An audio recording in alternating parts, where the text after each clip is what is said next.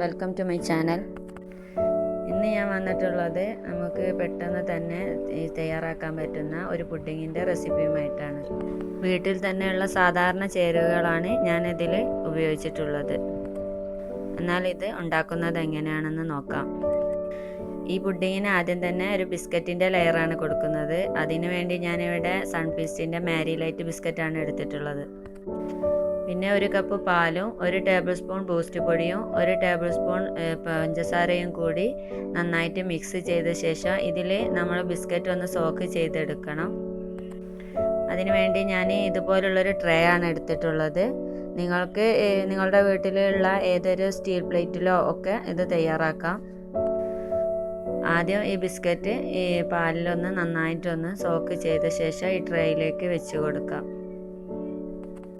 വേറെ ഏത് ടൈപ്പ് ബിസ്ക്കറ്റും നിങ്ങൾക്ക് ഉപയോഗിക്കാം. ഈ ബിസ്ക്കറ്റിലാകുമ്പോൾ അധികം പഞ്ചസാരയുടെ അളവൊന്നും അധികം ഉണ്ടാവാത്തതിനെ കൊണ്ട് ഈ പുഡിങ്ങിന് ഒരു നല്ല ടേസ്റ്റ് കൊടുക്കും. ബിസ്ക്കറ്റൊക്കെ ഒന്ന് നന്നായിട്ട് ഒന്ന് സെറ്റ് ചെയ്ത് വെച്ച ശേഷം ബാക്കി വന്ന പാലിൻ്റെ മിശ്രിതം ഇതിൻ്റെ മേലേക്ക് ഒന്ന് ഒഴിച്ചു കൊടുക്കാം. ഇനി ഇതൊരു അരമണിക്കൂറെങ്കിലും ഫ്രിഡ്ജിൽ വെച്ച് തണുപ്പിച്ചെടുക്കാം. ഇനി ഈ പുഡിങ്ങിൻ്റെ സെക്കൻഡ് ലെയർ സെറ്റാക്കി എടുക്കാം. അതിന് വേണ്ടിയിട്ട് ആദ്യം 1/2 കപ്പ് പഞ്ചസാരയും 1/4 കപ്പ് പാൽപ്പൊടിയും 1/4 കപ്പ് കോൺഫ്ലോർ കൂടി ഒന്ന് മിക്സിയിലിട്ട് നന്നായിട്ടൊന്ന് പൊടിച്ചെടുക്കാം. ഇത് നന്നായിട്ടൊന്ന് പൊടിച്ച ശേഷം ഇതിലേക്ക് ഒരു 1/2 ടീസ്പൂൺ വാനില എസൻസ് കൂടി ചേർത്ത് ഒന്നുകൂടി പൊടിച്ചെടുക്കാം. വീട്ടിൽ തന്നെ തയ്യാറാക്കാൻ പറ്റിയ കസ്റ്റാർഡ് പൗഡറാണിത്. പിന്നെ നിങ്ങൾക്ക് ഇതിലേക്ക് വാനിലയുടെ ഫ്ലേവർ ഇഷ്ടമില്ലെങ്കിൽ ഏലക്ക പൊടി ചേർത്ത് കൊടുക്കാം. ഇനി ഒരു പാനിലേക്ക് 1 കപ്പ് പാലും 1/4 കപ്പ് പഞ്ചസാരയും ചേർത്ത് നന്നായിട്ടൊന്ന് മിക്സാക്കിയ ശേഷം ഇതിലേക്ക് നമ്മൾ നേരത്തെ അടിച്ചെടുത്ത കസ്റ്റാർഡ് പൗഡറിൽ നിന്ന് ഒരു 3 ടേബിൾ സ്പൂണ് ചേർത്ത് നന്നായിട്ടൊന്ന് മിക്സ് ചെയ്തെടുക്കാം. ഇതൊരു നന്നായിട്ട് കുറുകണത് വരെ ലോ ഫ്ലെയിമിൽ ഇട്ടിട്ട് കൈവിടാതെ ഇളക്കി കൊടുത്തുകൊണ്ടേയിരിക്കണം.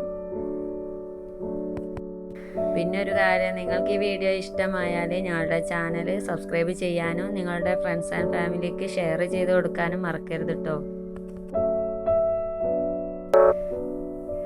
നന്നായിട്ടൊന്ന് കുറുകി കഴിഞ്ഞാൽ ഫ്ലെയിം ഓഫ് ചെയ്തിട്ട് ഇത് തണുക്കാനായിട്ട് മാറ്റി വെക്കാം. തണുത്ത് കഴിഞ്ഞാൽ ഒന്നുകൂടി ഇത് നല്ലോണം സെറ്റാവും.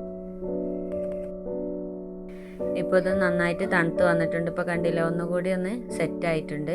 ഇനി ഇത് നമ്മൾ നേരത്തെ സോക്ക് ചെയ്ത് വെച്ച ബിസ്ക്കറ്റിൻ്റെ മേലേക്ക് ഒഴിച്ചു കൊടുക്കാം. നിങ്ങൾക്ക് ഇതിനെക്കാട്ടും കൂടുതൽ വേണമെന്നുണ്ടെങ്കിൽ ഈ പറഞ്ഞ അളവുകളൊക്കെ ഒന്ന് കൂട്ടിയെടുത്താൽ മതി. ഇതൊന്ന് എല്ലാ ഭാഗത്തേക്കും ഒന്ന് ആക്കി കൊടുത്ത ശേഷം ഒരു അരമണിക്കൂർ കൂടി ഫ്രീസറിലേക്കൊന്ന് സെറ്റ് ആവാൻ വേണ്ടി വെച്ച് കൊടുക്കാം.